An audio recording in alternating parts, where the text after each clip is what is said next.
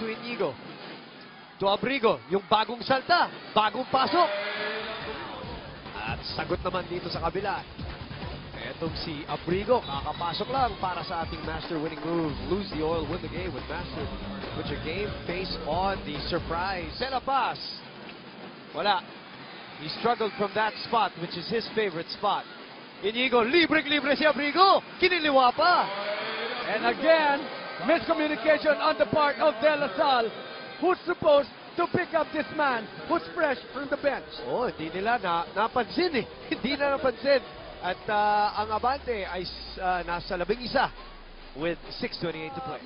De La Salle on top by so many points, by 28 points actually.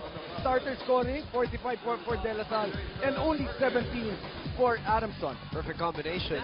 That parang monkey is on the back. Ano, kumbaga. Eto si Abrigo na naman! Ito ang nagbibigay talaga ng puntos. Coming off the bench. Grabe, 2 points. 65-63. Abrigo, pumihit! Hindi nagdadalawang isip eh, no? Oh, yun na nga. He just wants it. Now, he's just there to give offense. He's just there for the offensive energy. And that's one thing that Abrigo has given Adamson here in the fourth quarter. La Salle is 3 out of 15 in the fourth.